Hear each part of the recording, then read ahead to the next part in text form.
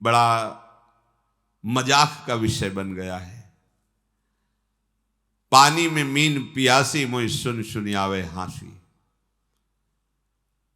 अगाधानंद सिंधु प्रभु हृदय में विराजमान हैं, उनका मार्ग गुरुजनों ने दे दिया है, खूब सत्संग सुन रहे हैं, पर हमारी चित्त वृत्ति सत्यत्व भाव भोगों में ही किए हुए, ये बड़ा हंसी का खेल है। अब अगर आप सही मार्ग में चलोगे तो एक तमाशा हमने देखा, कुआं में लग गई आग, पानी पानी सब जला और मछली खेले फाग। संतों का है एक तमाशा मैंने दे। जब गुरु कृपा हुई,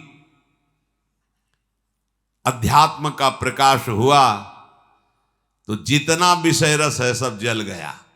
जिसमें हमारा मन मछली बना खेल रहा था, सब विषय रस जल गया, शब्द स्पर्श रूप रस गंध।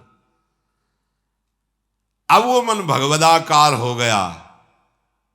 भला पानी जल जाने के बाद मछली फाग आनंद कैसे बना सकती? अब असली आनंद। तो एक तमाशा हमने देखा, कुआं में लग गई आग, पानी पानी सब जला और मछली खेले फाग। ये परमानंद। अब तो मन परमानंद में निमग्न हो गया, क्योंकि विषय रस भस्म हो गया ज्ञानाग्नि से। देखो, हमको बिना अपने घर पहुंचे आराम नहीं मिलेगी। हमारा घर है वृंदावन धाम, प्रिया प्रीतम हमारे घर के मालिक हैं, समस्त प्रेमी जन हमारे परिवार के जन हैं। यही शाश्वत घर है, यही शाश्वत परिवार है। जब तक भटकना है भटक लो, विश्राम स्थल यही है, श्री वृंदावन विश्राम। इस घर में आने की जो राह है, उसके आसपास ऐसी लुभावनी वस्तु रखी गई है कि आप घर की तरफ से पीठ करके उन वस्तुओं की तरफ चल दें। देखो, ये अध्यात्म मार्ग है, बहुत समझना होगा। आर्मी के एक जवान को जब पुष्ट करना होता है, तो चढ़ाई में चढ़ना है तो वजन हल्का करना चाहिए ना, और वजन बढ़ा दिया जाता है। 2 किलो 5 किलो 3 किलो, ये ऐसे ऐसे ऐसे, और राइफल और इतना खान पान सामग्री, पूरा बिस्तर जल सब पूरी व्यवस्था फिट। 10 दिन के लिए पूरी सामग्री उसकी पीठ पे लदी हुई, और चढ़ना का है पहाड़ पे। जबकि और हल्का कर देना चाहिए चढ़ाई का समय, नहीं, कमजोर नहीं रखना अपने जवान को।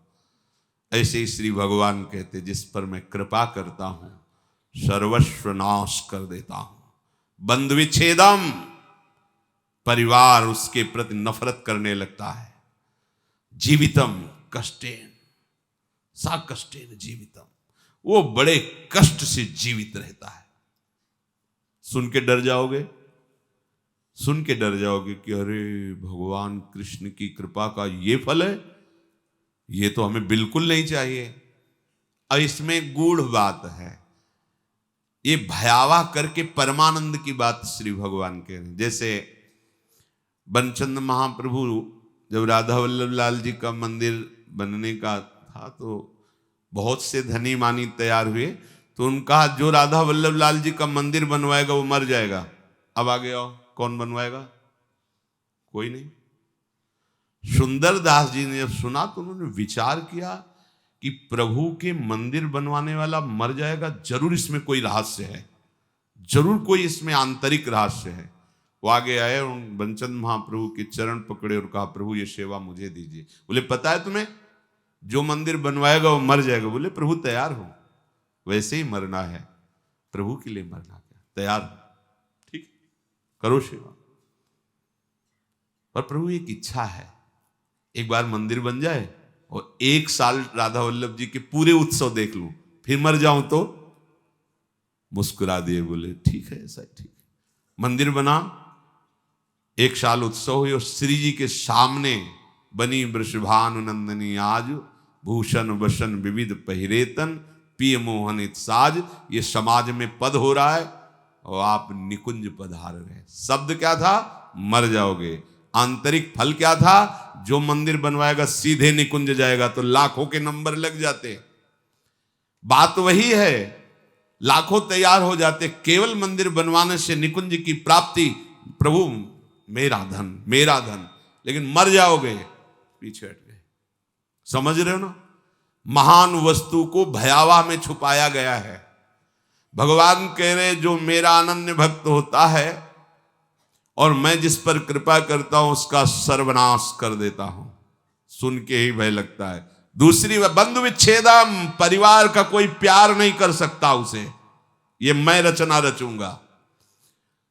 सा कष्टेन जीवितम, कष्ट पूर्वक जीवन जिएगा, मरेगा भी नहीं, कष्ट पूर्वक जिएगा।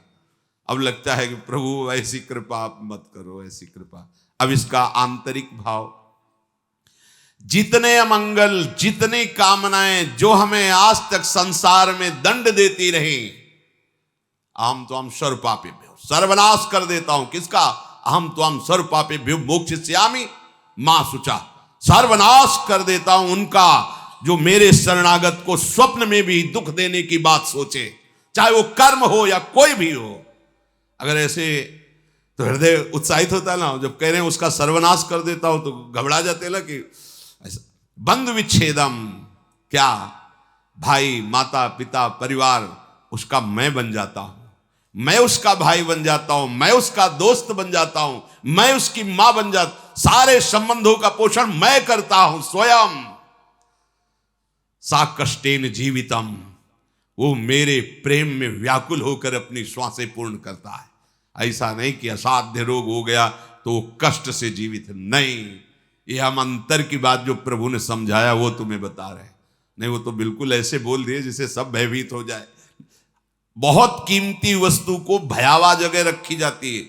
देवलोक में अमृत रखा हुआ है, वहां 2 सर्प ऐसे हैं, अपलक दृष्टि से रहते हैं। उनकी दृष्टि में जो आएगा तत्काल भस्म हो जाएगा, चाहे देवता हो या कोई हो, उनकी दृष्टि नहीं पड़नी चाहिए, क्योंकि अमृत है। कोई भी कीमती वस्तु बहुत सुरक्षित रखी जाती है, तो भगवत प्राप्ति बहुत सुरक्षित रखी गई है। हमारा घर धाम है, नित्य धाम। तो कह रहे यहां तक आने के लिए इतनी सुहावनी वस्तुएं, इतने सुहावने भोग, इतनी सुहावनी वाटिकाएं रची गई है मार्ग में कि आपको लगेगा जाना तो है ही है, थोड़ा देर विश्राम कर, बस जहां तुमने वहां रमण करने की सोची तो मार्ग गायब। जिस मार्ग में चल रहे थे घर पहुंचना है, वो मार्ग गायब। ये दिव्य मार्ग है परमार्थ, वहीं वो रम जाता है और राह अंतर जा। अब राहें नहीं रह गई, मार्ग नहीं रह गया। ये अंतर की बात कहते हैं। ये वो मार्ग नहीं कि थोड़ी देर आराम कर लेंगे, भोग भोग लेंगे, फिर चल लेंगे। भोग में गए तो मार्ग ही गायब, मार्ग ही अंतर ध्यान हो जाएगा। कहां चल रहे थे, कैसे चल रहे थे, बुद्धि काम नहीं, मार्ग ही गायब। मोक्ष मूलम गुरु कृपा, वो गुरु कृपा से मार्ग प्रकाशित होता है, प्रकट होता है। इसलिए संसार के कल्याण के लिए जो अनुभवी संत महापुरुष जन हैं, वो चीख चीख के कह रहे हैं कि घर लौटो घर। ये संसार दुखालय तुम्हारा घर नहीं है, पर राह में अटको मत और भटको मत। ये राह में ऐसे पथिक अटक जाते हैं और भटक जाते हैं जो थोड़ा मन चले होते हैं। थोड़ा मन चले अर्थात मन के अनुसार कर। इस मार्ग में मन चलों का खेल नहीं है। इस मार्ग में मन को निग्रह करना है, मन को हटा करके अपने प्रभु तक पहुंचना है। कब तक इस मन को दुलार करते रहेंगे? थक गए। कभी विचार करके तो कितना गंदा है मन यार, कहां फंसाता है, कहां लगाए हुए हैं। सोचो कहां लगाए हुए, कितनी भुलावे की खेल। ऐसे अभक्ष पदार्थ खवाता है, ऐसे अपेय पदार्थ पिलाता है, ऐसे अकृत्य कृत्य कराता है जिसे घृणा हो जाए। पर ये माया ऐसा आसक्त कि उसी में वो जीना, उसी में सुख, उसी में वो आनंद का अनुभव करना चाहता है। अनित्यम सुखम लोकमिमं प्राप्य भजस्व माम। ये अनित्य है, अशुक है संसार, प्रभु का भजन करके प्रभु को प्राप्त हो। स्वयं कह रहे हैं इस अनित्य में मत फंसो, ये तुम्हें स्वतंत्रता दी गई, तुम प्रारब्ध के अधीन नहीं हो, कोई पशु नहीं हो, मनुष्य हो। प्रारब्ध शुभ अशुभ कर्मों के जो संचित हैं उनमें से कुछ परिणाम निकालकर इस शरीर को दिया गया है। आप जो चाहो कर सकते हो, घोर पाप कर सकते हो और बहुत दिव्य भजन करके भगवान को प्राप्त कर, ये स्वतंत्रता है आपकी, बिल्कुल स्वतंत्र हो। आप मनमानी आचरण कर सकते हो और आप शास्त्र के अनुसार चल सकते हो, आप गुरु की वचन के अनुसार चलकर परमात्मा प्राप्ति कर सकते हो और मन के अनुसार चलकर दुर्गति को प्राप्त हो सकते हो। पूरी स्वतंत्रता है मनुष्य जन्म में। पर ध्यान रखो ये शरीर क्षण भंगुर है, कभी भी नष्ट हो सकता है। संसार के चाहे जितने पदार्थ और पद समेट लो, तुम्हें कभी शांति नहीं मिलने वाली।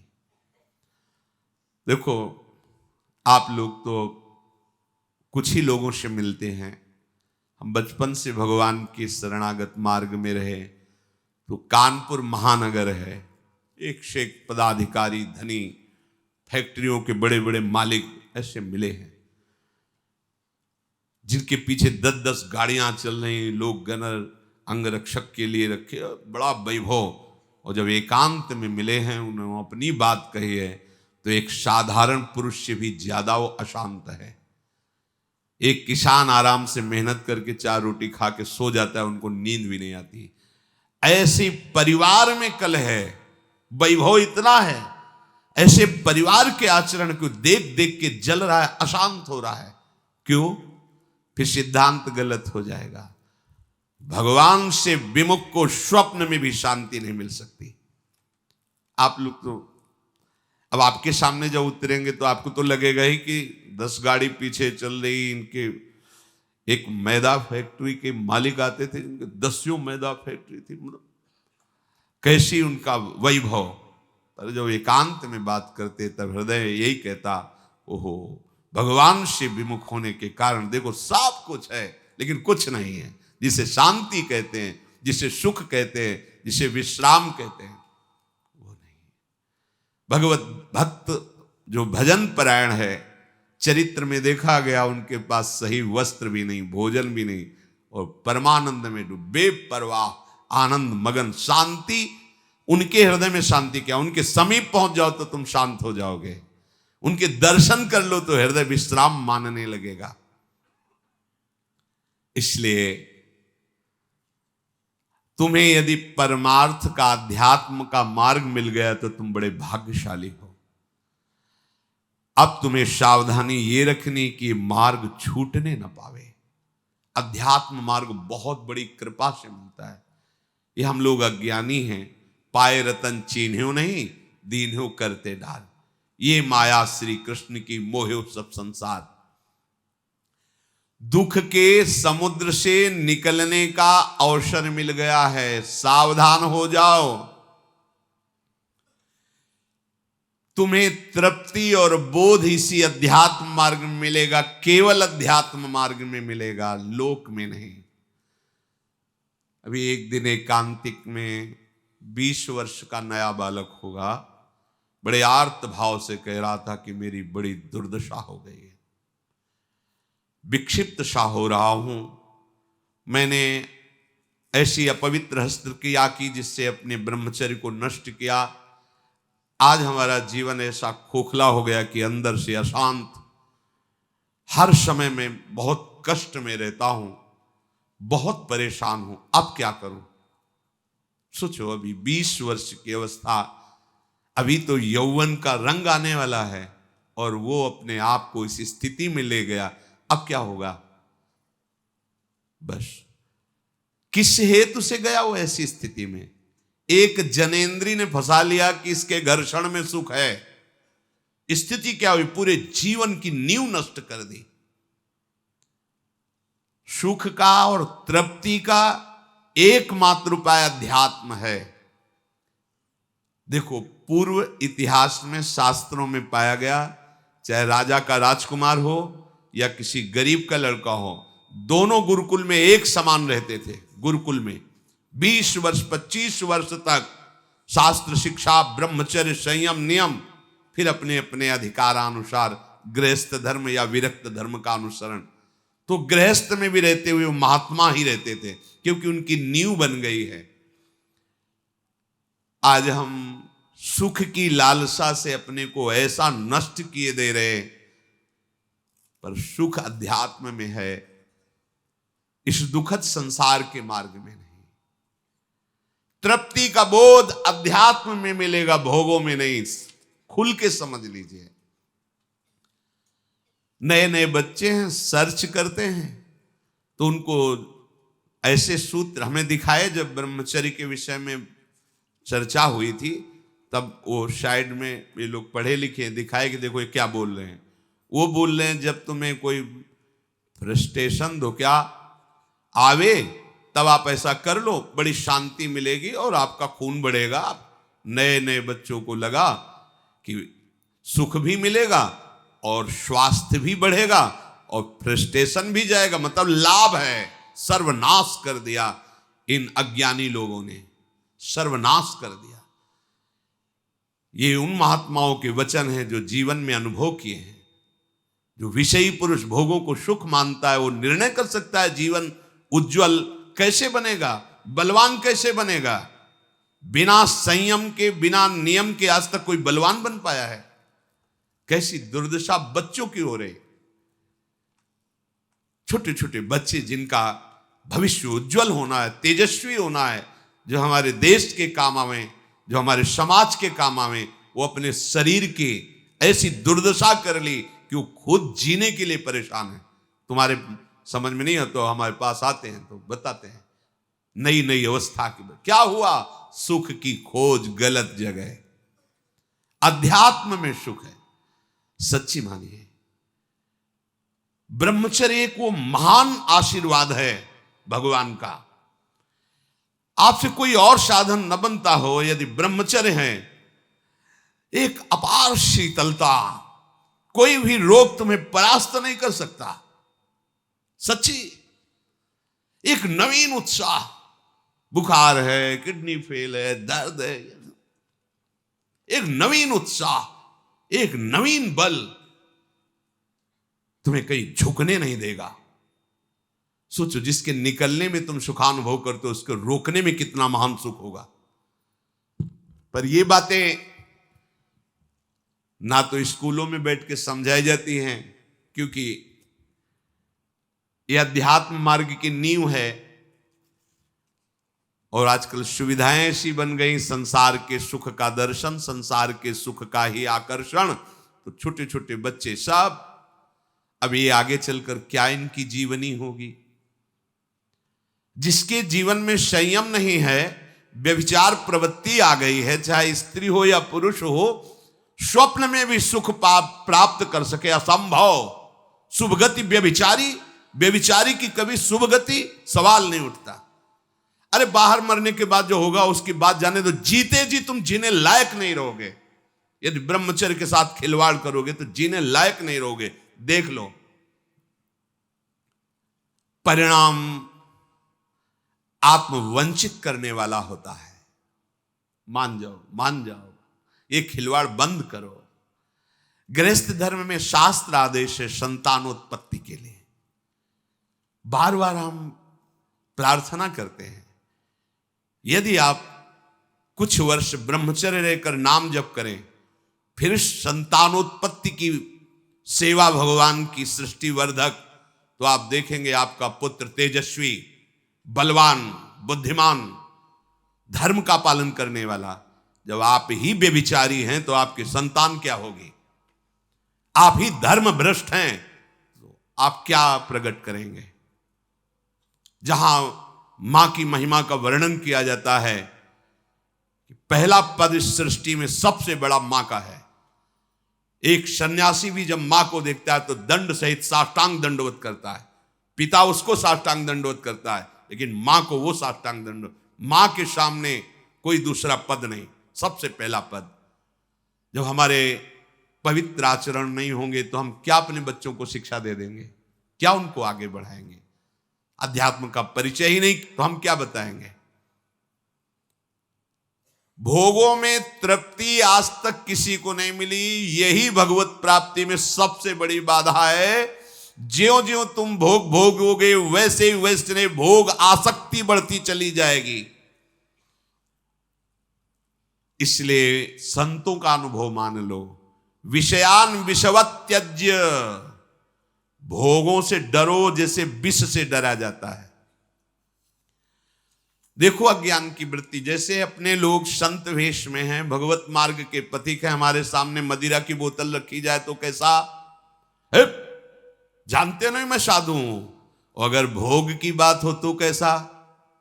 उत्तर अपने आप से ले लो, दूसरे के उत्तर देने की जरूरत नहीं। हमारे सामने मांस रखे तो कैसा? एकदम बिगड़ जाएंगे। त्याज्य घृणित वस्तु आसुरी भाव की हमारे सामने रखते हो। और अगर भोगों की बात आए तो क्या वैसे ही हमारे अंदर बात आती है? त्याज्य विषय को हमारे सामने चर्चा, अलम विषय वार्तया नरक कोटि बीभत्सया, कैसा होता है? क्या हमारे सामने जो त्याज्य वस्तुएं आती हैं हम कभी उनको पाने की इच्छा भी करेंगे क्या?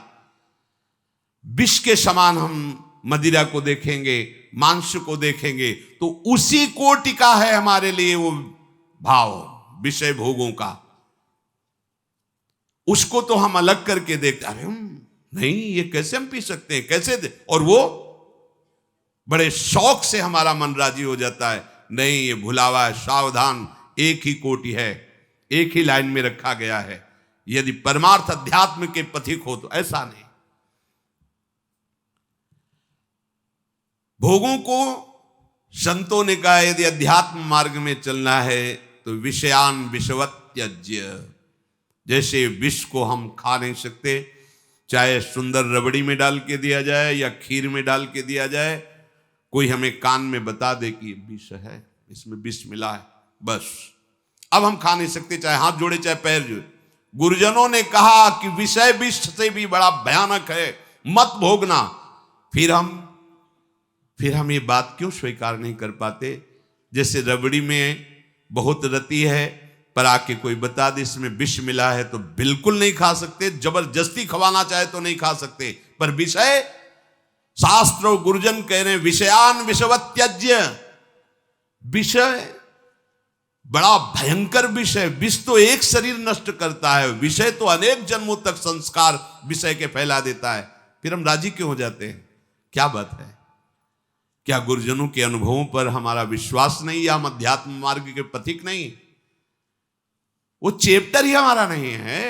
हमारा मार्ग अध्यात्म मार्ग है, चाहे गृहस्थ हो चाहे विरक्त हो।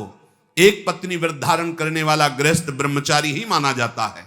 जो केवल संतानोत्पत्ति के लिए गृहस्थ क्रिया करता है उसे ब्रह्मचारी ही माना जाता है। नाम जप करते हुए अतिथि सेवा, परिवार का पोषण, वो साधु ही माना जाता है। हमारे मन में जो भोगों की स्फुरणा होती है उसके कई कारण होते हैं। एक तो होता है संचित पाप राशि जो पूर्व में जमा है, प्रायः इसी से भोग स्फुरणाएं होती। दूसरा संग से होती। आपकी पाप राशि से स्फुरणा ना हुई तो कोई भोगी पुरुष ऐसा मिला, परमाणु होते हैं।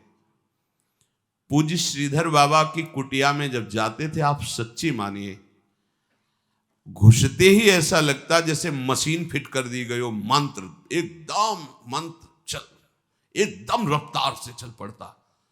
और जे 8 बजे रात्रि के जाते थे चरण चापने, जे ही उनके चरणों को स्पर्श करते ऐसा लगता हम किसी दिव्य भावलोक में बैठे हैं। क्यों?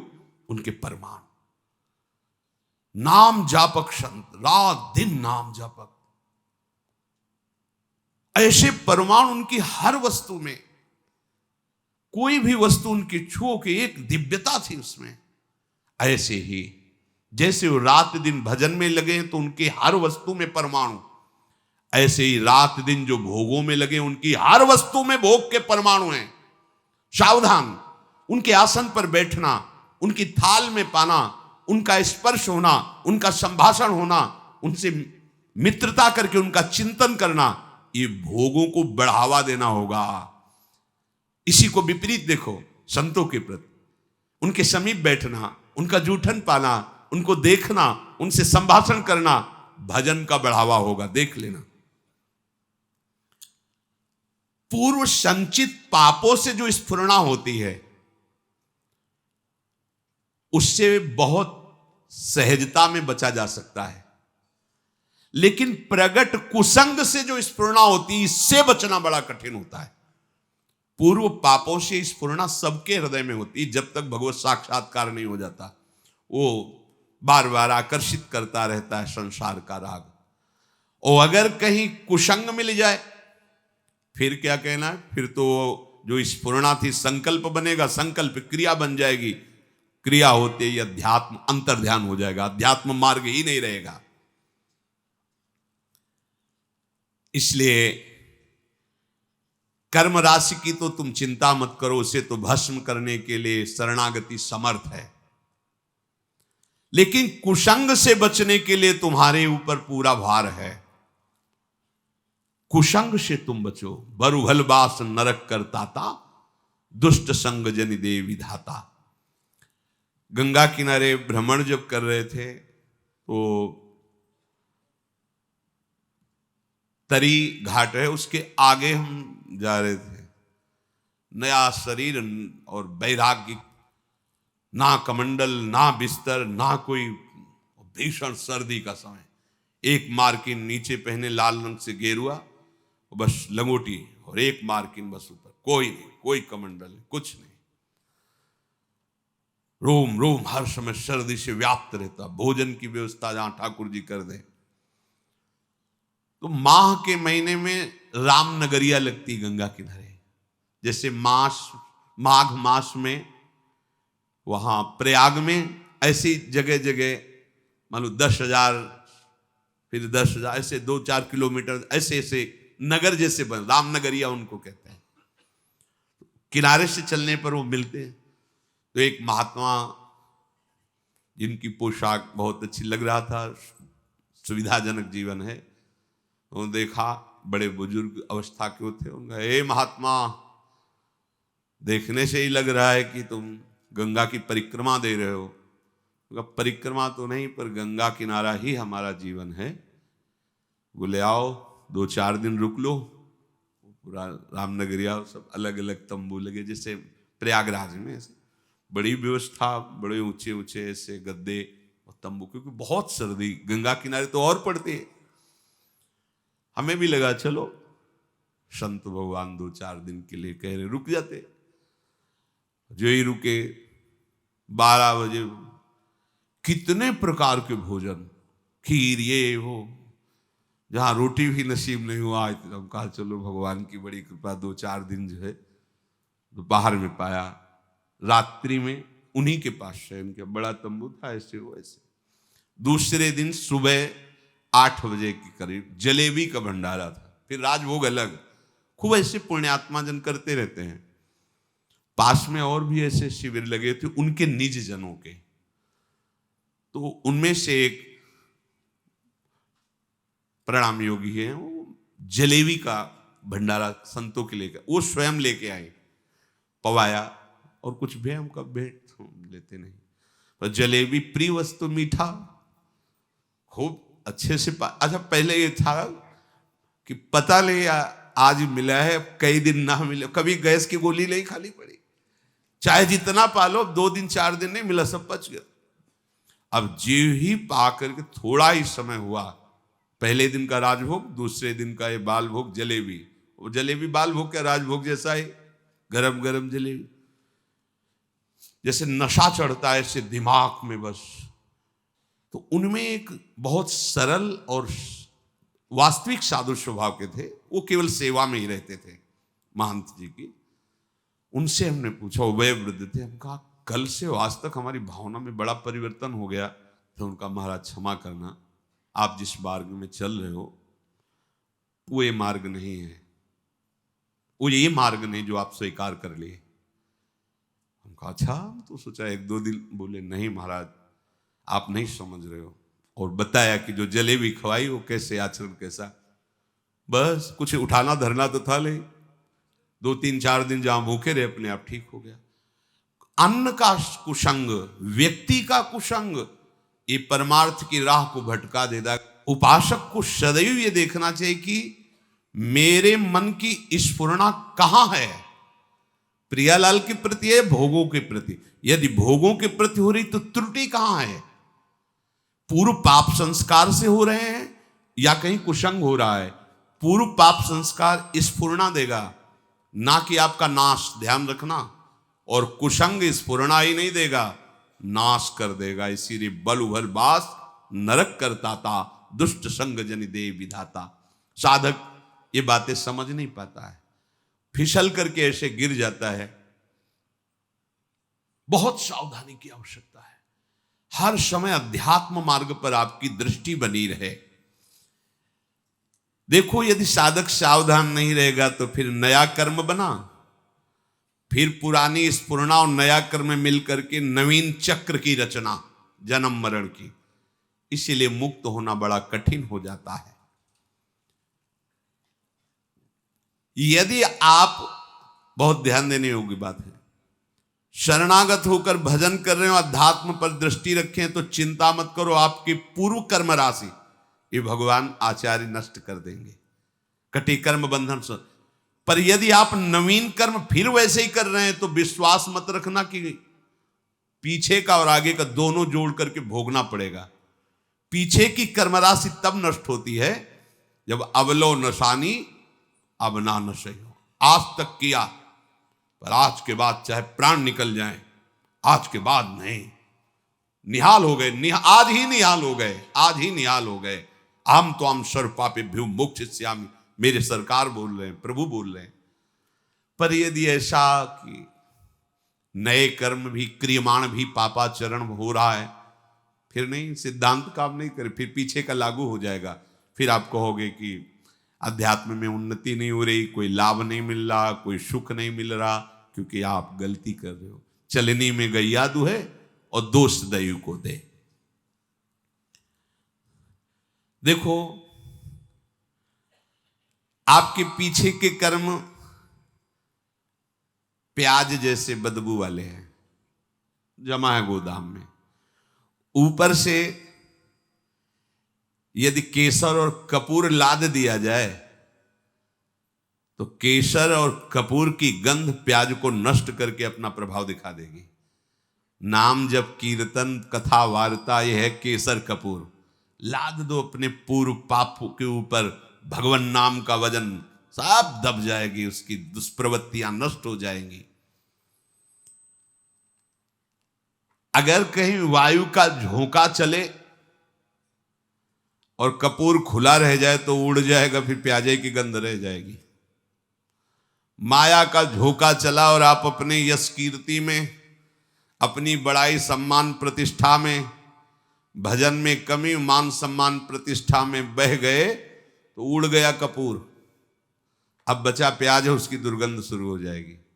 कितना महापुरुषों ने सूक्ष्मता से अनुभव किया है। इसलिए ध्यान रहे कि इस माया की वायु का प्रवेश आपके हृदय में ना होने पर नहीं, दुर्गंध ही रह जाएगी, केसर कपूर की गंध नहीं रह जाएगी। ये माया के प्रवाह का, तूफान का क्या भाव समझें? सबसे ज्यादा अहंकार, इसी में सारे दोष आते हैं। मैं तपस्वी हूं, मैं साधक हूं, मैं ज्ञानी हूं, मैं ध्यानी हूं, मैं बड़ा भगत हूं। इस तरह की अगर अध्यात्म मार्ग में कहीं भी कोई भी वृत्ति है तो वो आपकी दुर्वासना जो दबी हुई है उसको उठाल देगी। मैं बहुत नीच अधम हूं, अगर ये कुछ साधन बन रहा है तो श्री जी की कृपा से बन रहा है, गुरु जी की कृपा से बन रहा है दुर्गंध वाली बातें, पर ऊपर कपूर और केसर है, उसकी दुर्गंध आपके हृदय को परास्त नहीं कर पाएगी। उपासक धीरे धीरे अपने बुरे स्वभाव को, बुरे कर्मों को सद्भाव से, अच्छे स्वभाव से दबा देता है। नष्ट नहीं हुआ, नष्ट होता है भगवत साक्षात्कार पर। जब तक प्रभु से आंखें ना मिले तब तक विश्वास न करना कि काम हो गया। यही डर हरिवंश हित जिनो भ्रमय गुण सलिल पर जिहि नामन मंगल लोक त्यों शिव हरिपद भज न विलंब करे। आगे चल करके प्रभु ऐसी ज्ञानाग्नि पैदा कर देंगे कि फिर वो दुर्गंध वाली चीजें ही नहीं रह जाएंगी। इसलिए जितना जीवन है एक बार हम अपने प्रभु को समर्पित करके केवल भजन में लगावें। जो भी हम कार्य करें अपने प्रभु को समर्पित करते रहें। भगवान जो बार बार कह रहे हैं ना, मेरे को समर्पित करो, भगवान को कुछ चाहिए नहीं। जैसे भगवान कहते हैं यत् करोषि, जो तुम करते हो, यदश्नासि, जो तुम खाते हो, तुम मेरे को समर्पित करो। ये दुलार है। जब हम किसी वस्तु को प्रभु को समर्पित कर देते हैं तो हर वस्तु में बांधने की सामर्थ्य है माया की। कोई भी सड़ी से सड़ी वस्तु में एक माया शक्ति है जो हमें आसक्ति से बांधती है, आसक्ति से। प्रभु कहते हैं मेरे को समर्पित कर दो। जैसे कर्म समर्पित कर दिया, अब कर्म बंधन नहीं रहेगा। भोग समर्पित कर दिया, अब वो प्रसाद हो। प्रभु तुम्हारे भले के लिए कह रहे हैं कि जो प्रभु को समर्पित कर दिया जाता है वो निर्विकार हो जाता है। बात समझो। ये भगवान तो कहते हैं कि सब तुम मेरे लिए, अगर नहीं समर्पित करोगे तो दुर्गति को प्राप्त होगे। भगवान तो नाराज होकर बोल रहे हैं। नाराज नहीं, उस वस्तु का प्रभाव है। कोई भी कर्म, कोई भी यहां की वस्तु सब बांधने वाली है। समझो पहले, सब बांधते, कोई भी व्यक्ति सब बांधता है। अपने राग से सब मुझे बांधते हैं। अगर प्रतिकूल हुआ तो द्वेष से बांधते हैं। यहां कोई मुक्त करने वाला नहीं है। एक एक वस्तु, एक एक व्यक्ति, एक एक परिस्थिति केवल बांधती है। और हम साधना कर रहे हैं मुक्त होने की। कैसे करें? भगवान करे चुपचाप जो कर्म करो मेरे को समर्पित करो। इसका रहस्य क्या है? वो कर्म तुम्हें बांध नहीं पाएगा। जो पाओ, पानी भी पियो तो समर्पित करके। क्यों? क्योंकि तुम्हें बांध नहीं पाएगा, तुम मुक्त हो जाओगे। प्रसाद सर्वानंद प्रदान करने वाला होता है। तो हम लोग कहीं ऐसा न समझें कि श्री भगवान कह रहे कि तुम अपना कुछ मत मानो, जो अपना माना हुआ है वो मेरे को समर्पित कर दो। क्योंकि वस्तुता उन्हीं का है, अपना तो कुछ है नहीं। और जब हम ऐसे भाव से चलते हैं तो कोई भी वस्तु, व्यक्ति, स्थान हमें बांध नहीं सकता। जब बांध नहीं सकता तो हमारी स्थिति क्या हो गई? जीवन मुक्त। अब चाहे जैसा पदार्थ हो, चाहे जैसा व्यक्ति हो, चाहे वो बांध ही नहीं पाएगा। जब प्रभु को समर्पित जीवन हो गया तो अब तुम्हारा जीवन जीवन मुक्त हो गया। इसीलिए भगवान बार बार कहते अहम सर्वभव यज्ञ भोक्ता, मैं यज्ञों का भोक्ता हूं, समझ तू, मैं ही भोक्ता हूं। जैसे आप प्रसाद पा रहे हो, तो जब हम प्रसाद पाते हैं ना तो पहले श्री जी को बाहर भोग लगाया, फिर हम एक एक कवल में अंदर लगाते हैं। हृदय रूपी सिंहासन में हमारे प्रियालाल विराजमान है और वो पा रहे हैं एक एक कवल। जो भी खाते पीते हैं हृदय मंदिर में मेरे प्रियालाल विराजमान है, वो पा रहे हैं। ये मुख उनके पवाने के लिए, हम भोगता नहीं। और वैसे भी सिद्धांत में भगवान कहते हैं कि भोक्ता तो मैं हूं। अहम वैश्वानरो प्राणी नाम देहमाश्रिता, वैश्वानर अग्नि के रूप में मैं समस्त प्राणियों के देह में विराजमान होकर उस अन्न को पचाता हूं। तो कौन पा रहा है? प्रभु पा रहे। हमारी सारी चेष्टा प्रभु के लिए हो जाए तो अभी जीवन मुक्त हो जाए। तो जो भी हम क्रियाएं कर रहे हैं, जो भी हम भोग लगा रहे हैं, तो क्या ऐसी गंदी क्रियाएं, ऐसी गंदी भोग वृत्ति हम प्रभु को अर्पित कर सकते हैं क्या? तो बचो। जो प्रभु को अर्पित नहीं कर सकते वो खाओ मत। जो प्रभु को अर्पित नहीं कर सकते वो क्रियाएं कैसे करोगे तुम? अरे जब सद क्रियाएं तुम्हें शुभ क्रियाएं ना बांध पावे इसलिए वो कह रहे हैं समर्पित कर दो, तो असत क्रियाएं जो समर्पित नहीं होती हैं उनसे तुम्हारी दुर्गति हो जाएगी। और ये जीवन केवल भगवत प्राप्ति के लिए। इसलिए एक एक क्षण अपने प्रभु के चरणों में समर्पित करते हुए उनका सतत स्मरण करो। श्री राधा वल्लभ लाल की।